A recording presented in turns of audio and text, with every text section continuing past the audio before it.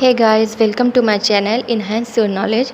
Guys, हमने last की video में डिस्कस किया था भारत में अंग्रेज़ों का आगमन किस तरह से होता है और फिर औरंगज़ेब ने जजिया कर लगाए और चुंगी कर के लिए अंग्रेज़ों को ना परेशान किया जाए ये फरमान जारी किया। फिर नेक्स्ट आज की क्लास में डिस्कस करेंगे। गाइस, इससे पहले subscribe my channel. So let's start now. First point, अंग्रेज़ों ने इस फरमान का विरोध किया और 1686 में हुगली को लूट लिया। औरंगज़ेब की सेना से अंग्रेज़ जो है वो पराजित हो गए, हार गए और इसी बीच वो भागकर एक ज्वरग्रस्त द्वीप जिसका नाम बजबज है वहाँ पे शरण ले ली, वहाँ पे जाके छिप गए। नेक्स्ट है, इसी बीच एक एजेंट जॉब चरनाक नाम का औरंगज़ेब से मिलकर समझौता कर लिया और सूबेदार अजीमुल शान से 1698 में समझौता करके 3 गांव जिसका नाम था संतोनी, कलिकाता, गोविंदपुर, इन तीनों गांव की ज़मींदारी प्राप्त कर ली और यहीं पर एक किला फोर्ट विलियम का निर्माण किया और 1700 में इसे प्रेसिडेंसी नगर के नाम से कहा गया जिसका नाम कलकत्ता रखा गया और 1774 से 1911 तक ये अंग्रेज़ों की राजधानी रहा। यानी कलकत्ता जो है वो 1774 से 1911 तक अंग्रेज़ों की राजधानी बना रहा। नेक्स्ट पॉइंट, 1661 में पुर्तगाली राजकुमारी कैथरीन ऑफ ब्रेगेंजा का विवाह इंग्लैंड के एक राजकुमार चार्ल्स सेकंड के साथ होता है और पुर्तगालियों ने बम्बई शहर को चार्ल्स सेकंड को दहेज में दे दिया, जिससे जो है चार्ल्स सेकंड ने बम्बई को एक कंपनी को बेच दिया 1668 ईस्वी में और 10 पाउंड की वार्षिक किराए पर इसको कंपनी को दे दिया था और इस तरह से बम्बई अंग्रेज़ी कंपनी के अधीन हो गया।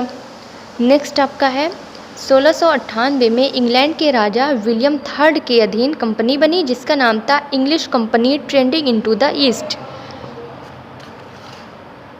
और विलियम थर्ड ने विलियम नॉरिस को दूत बनाकर भारत भेजा और इसका क्या पर्पस था, व्यापारिक सुविधाओं के उद्देश्य से उसे भारत भेजा था दूत बनाकर विलियम नॉरिस को, जो कि ये अनसक्सेस हुआ, सफल नहीं हुआ। और नेक्स्ट है कि लास्ट में क्या होता है, अंत में 1702 में दोनों कंपनियों का विलय करके एक संयुक्त कंपनी बनी। दोनों कंपनियों का विलय करके एक संयुक्त कंपनी बन गई जिसका नाम क्या रखा गया, the United company of England trading into the east Indies. Revise कर देती हूँ, the United company of England trading into the east Indies और इसी को शॉर्ट में ईस्ट इंडिया कंपनी कहा गया। नेक्स्ट आगे आपका है 1715 में एक महान घटना घटी जब जॉन सरमन की अध्यक्षता में एडवर्ड स्टीफेंसन, विलियम हैमिल्टन जो कि एक सर्जन था और ख्वाजा शेरहुद जो कि द्विभाषिया था का प्रतिनिधित्व मंडल सम्राट फर्रुखशियर से मिला और फर्रुखशियर को प्राणघातक फोड़े से नजात दिलाई, जिससे खुश होकर के फर्रुखशियर ने एक फरमान जारी किया और 1717 में 3000 रुपये वार्षिक कर के बदले पूरे बंगाल में मुक्त व्यापार करने की अनुमति उन्हें दे दी। नेक्स्ट आपका पॉइंट है, कलकत्ता के आसपास के 38 गांव कंपनी को दे दिए और फर्रुखशियर ने क्या किया, 10,000 वार्षिक कर के बदले सूरत में मुक्त व्यापार की अनुमति दे दी। और क्या किया उसने, बम्बई में कंपनी द्वारा ढाले गए सिक्कों को मुगल साम्राज्य से स्वीकार किया गया। इसी को ओन्स Magna Carta, East India Company का मैग्ना कार्टा भी कहा जाता है। नेक्स्ट टॉपिक आपका है अंग्रेज़ों का आगमन कंप्लीट होता है। हमने देखा किस तरह से भारत में अंग्रेज़ों का आगमन हुआ और इसके आगे नेक्स्ट टॉपिक है आपका डेनों का आगमन। अंग्रेज़ों के बाद भारत में जो लोग आए वो डेनमार्क थे, डेनों का आगमन होता है।